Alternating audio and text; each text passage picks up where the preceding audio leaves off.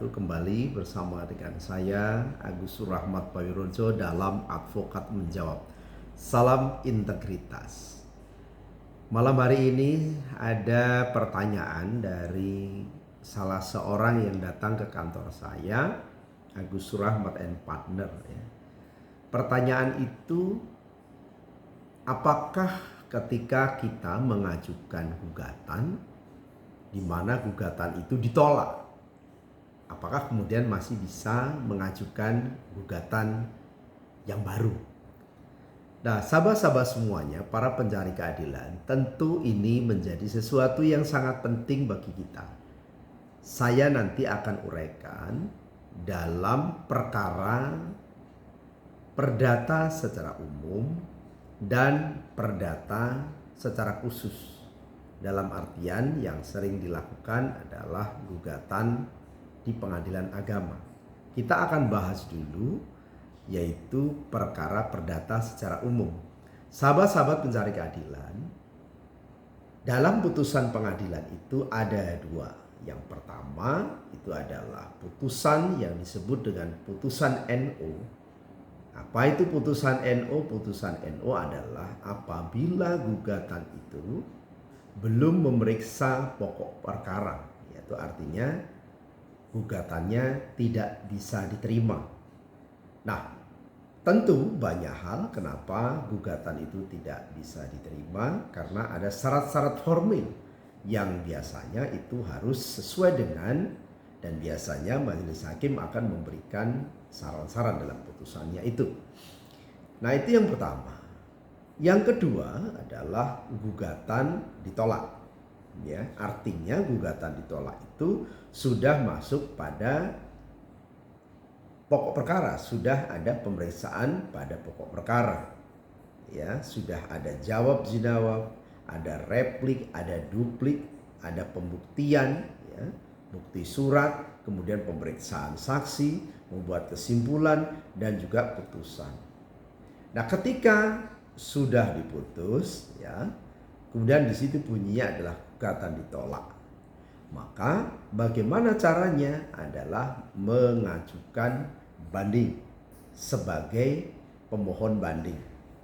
Nah, tentu dalam upaya banding itu pengadilan memberikan waktu 14 hari untuk melakukan permohonan banding. Nah, apabila selama 14 hari itu tidak dipergunakan waktu tersebut, maka dianggap sudah menerima terhadap putusan dari majelis hakim, baik tingkat pertama, tingkat kedua, pengadilan tinggi, ataupun juga kasasi. Ya, kalau kasasi hanya bisa dilakukan setelah itu adalah PK atau peninjauan kembali. Nah, pertanyaan berikutnya dari sahabat pencari keadilan adalah, apakah boleh setelah dilakukan gugatan ditolak sampai proses, ya, kemudian melakukan gugatan yang baru dengan objek yang sama? Maka ini dikenal dengan yang disebut dengan asas nebis en idem, ya. Nebis en idem itu diatur di dalam pasal 1917 KUH Perdata yang saya coba bacakan, ya, secara lebih detail apa yang disebut dengan nebis en idem yang nanti kita ini.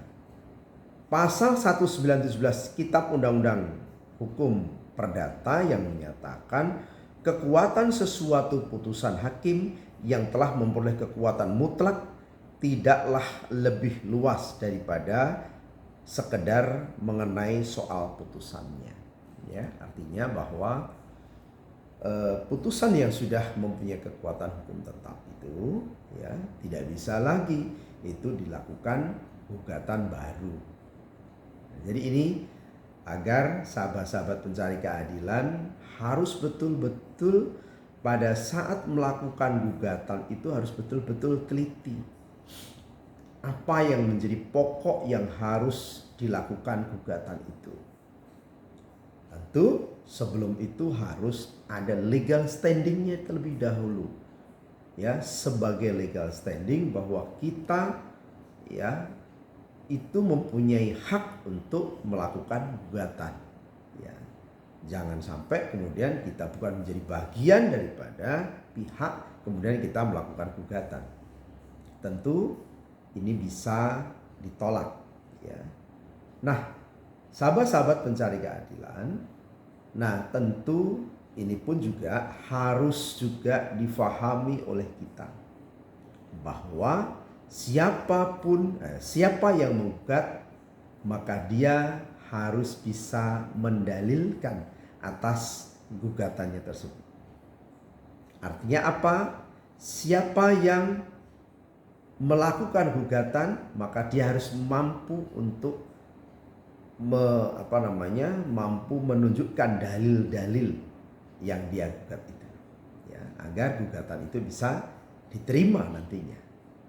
Nah, hal lain tentu berkaitan dengan bagaimana ketika ada gugatan yang berkaitan dengan gugatan cerai, baik cerai talak ataupun juga cerai gugat. Tentu hal ini kita akan bahas secara terpisah setelah ini, ya. Semoga ini bermanfaat dan terima kasih. Ya, salam integritas. Assalamualaikum.